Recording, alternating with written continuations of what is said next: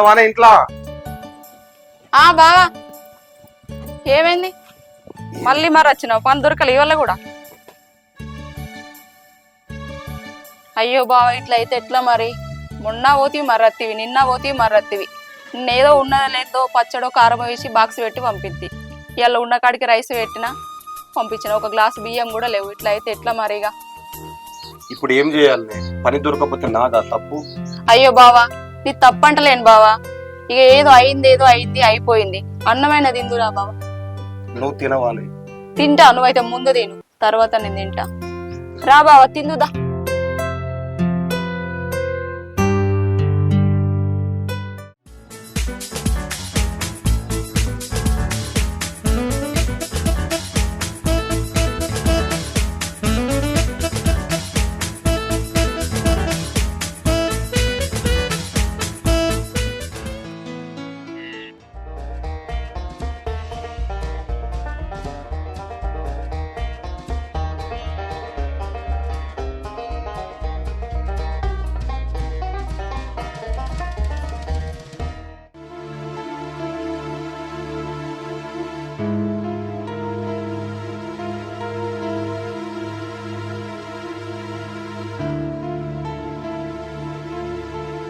ఉన్న అన్నం మొత్తం నాకే పెట్టావు, నువ్వేం తింటావే? మరేం చేయాలి బావా? ఉన్న కాడికి పెట్టి ఏదో నువ్వు పనికోతున్నావు కదా అని బాక్స్ పెట్టినా నీకు. బావా మన అదృష్టం మంచిగుండి ఇంకా పిల్లలకి ఆయంత గవర్నమెంట్ హాస్టల్లో సీట్ వచ్చింది. లేకపోతే పిల్లలు ఇంట్లో ఉంటే వాళ్ళు ఏడవా నేనేడవా ఎట్లుంటుండే చెప్పు? సరేనే, నేను ఏదో పని చూసుకుంటాలే. చూసుకో బావా.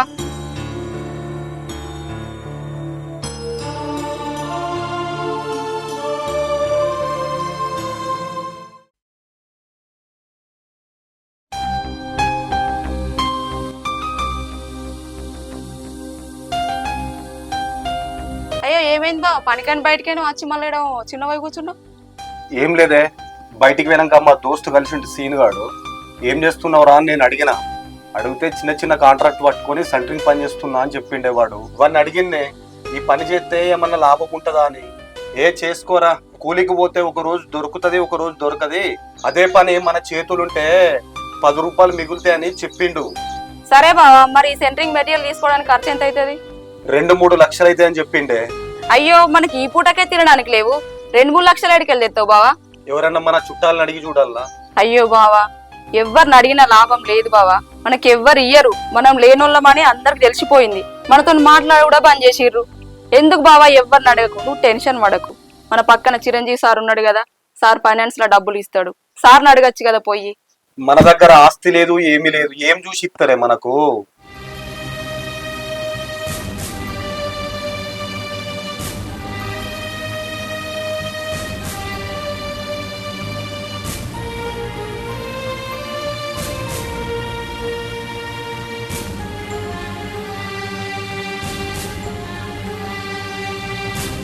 బావా ఈ బంగారం తీసుకొని పోయి సార్కిచ్చి డబ్బులు దే బావా. ఈ తాలిబొట్టు కూడా తాకట్టు పెట్టమంటావే? నేను ఏదో పని చేసుకుంటా. వద్దులే బావా, మనం మంచిగా బతుకుతే ఇంతకంటే ఎక్కువ కూడా చేయించుకోవచ్చు. ఏం ఆలోచించకు బావా, ఇవి తీసుకొని పోయి సార్కిచ్చి డబ్బులు తీసుకురపో.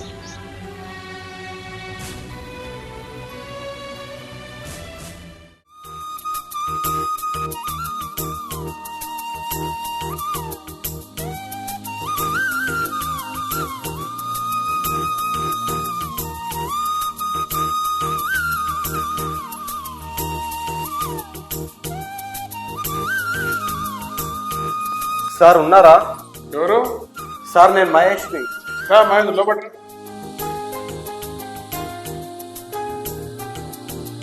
ఏ మహేష్ నాతో ఏమైనా పని ఉందా? అవును సార్, కొన్ని పైసలు కావాలి. అవునా, ఏ పాటు కావాలి? ఒక 3 లక్షలు కావాలి సార్. 10,000 20,000 అంటే నీ నమ్మకం తెలుస్తా. 3 లక్షలు అంటే ఎట్టియాలి? కుదరదు. ఈ బంగారం కుదబెట్టుకొని పైసలు ఇవ్వండి.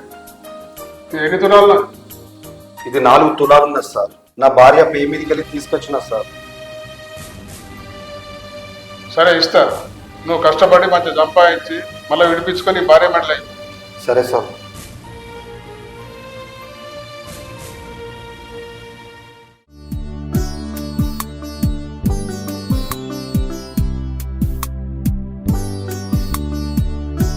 ఏమే ఉన్నవానే? ఉన్నా ఉన్నా. ఏమన్నాడు సారు? పైసలు ఇచ్చిండు సారు. ఇచ్చిండా?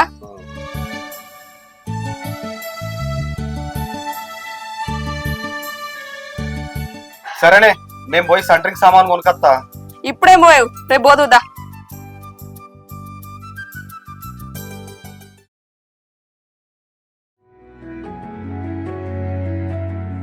ఏమైనా ఇక పైసలు తీసుకురాయే, మెటీరియల్ తీసుకొత్తా. ఇగో నువ్వు ఎదురుగా రాయే, మనకు మంచి జరుగుతుంది.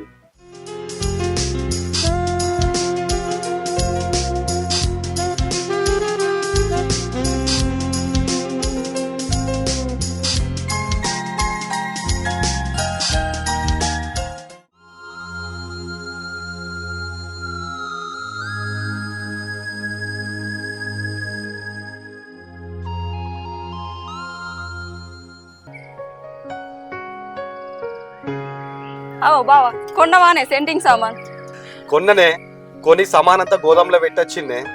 బావా సామాన్ అయితే కొన్నాం కానీ మరి మనకు పని ఎట్లానే? నువ్వేం రంది పడకే, మా దోస్తుని కలిసిన ఒక బిల్డింగ్ పని అప్పచెప్పిండు, 3 లేబర్ ఇచ్చిండు. ఇప్పటి నుంచి మంచిగా చేసుకుందామే పని. సరే బావా, ఒకటంత పోదిందుదా.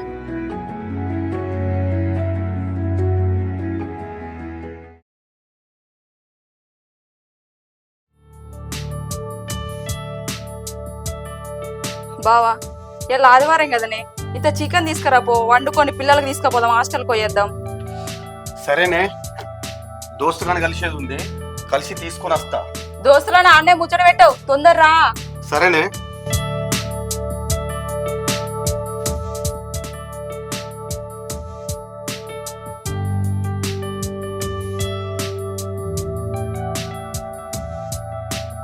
పొద్దుననంగా వేయండు, ఇంకా జాడలేడు పత్తలేడు. పిల్లలకి అత్తమని చెప్పినాం, పిల్లలు ఎంత ఎదురు చూస్తుర్రో ఏమో అక్కడ, ఇంకా కూడా అత్తలేడు.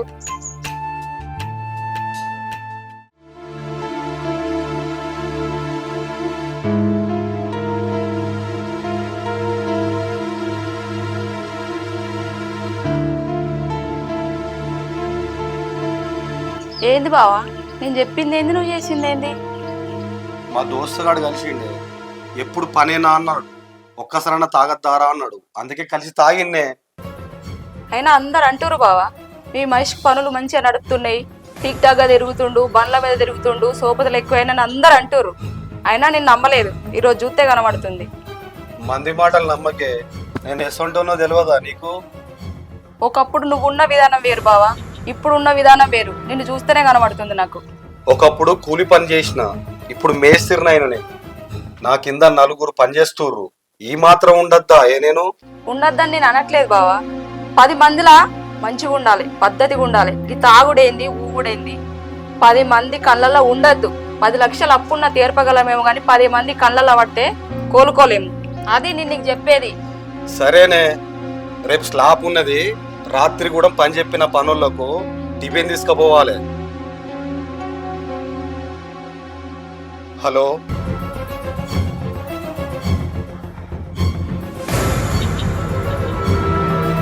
సరే సార్, నేను కలుస్తా. ఎవరిని బావా కలుస్తా అంటున్నావు? చిరంజీవి సారే, బంగారం పెట్టినాం కదా మనం, లెక్క చూసుకోమని ఫోన్ చేసిండే. సరే బావా, మరి పోయి లెక్క చూసుకొని రా కదా.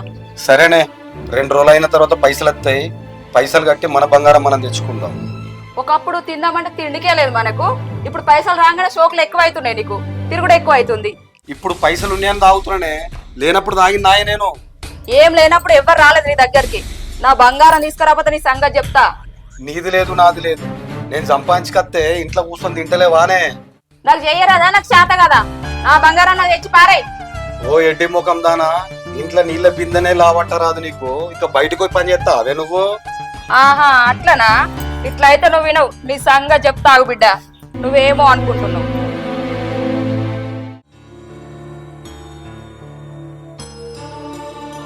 ఏమైందమ్మా ఇట్లా వచ్చిండ్రు?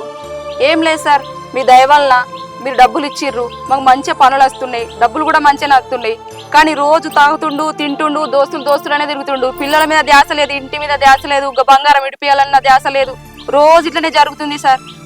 ఎంత చెప్పినా వింటలేడు. మహేష్ ఇది పద్ధతి కాదు. 4 రూపాయలు కనపడంగానే పిల్లలు దూరం పెడుతున్నావా? బంగారం ఇడిపించుకుంటావా ఇడిపించుకోవా? లేదు సార్, ఇడిపిస్తాడన్న నమ్మకం అయితే అస్సలు లేదు సార్ నాకు. ఏదో నా భర్త కదా అని ఒంటి మీద ఉన్న బంగారం మొత్తం తీసి ఇచ్చిన సార్. ఉన్న పుస్తలు పుట్టుక్కన తెంపిండు సార్. ఇక ఇడిపియడు. ఏమైంది మహేష్, ఏం మాట్లాడతలేవు? బంగారం ఇడిపిస్తావా ఇడిపియావా? లేదు సార్, స్లాబ్ పడ్డది. రేపా లేదా ఎల్లుండి పైసలు వస్తాయి. వచ్చినాక మీకు పైసలు కట్టి బంగారం విడిపించుకుంటా సార్. మహేష్, నీ భార్య తిడుతుందని బాధపడదు. నీ భార్య తిట్టిన దాంట్లో కూడా అర్థం ఉంది. ఆమె పే మీద పసుపు తాడ వేసుకొని నీకు బంగారం ఇచ్చింది. నీ దగ్గర పైసలు ఉంటే నీ దోస్తులు వస్తారు, లేకపోతే ఎవరు రాడు. సోపతి తొవ్వనాశనం, అది నీకు తెలుసు కదా. సార్ తప్పైంది సార్, నా తప్పు నేను తెలుసుకున్నా. మీకు పైసలు కట్టి నా పెండ్లం బంగారం నేను తీసుకపోతా సార్. మహేష్, ఇప్పటికైనా మారినావు. ఇప్పుడైనా మీరు ఇద్దరు బాగుంటారు. లొల్లేదుగా, ఇప్పటికైనా మంచిగా ఉండండి.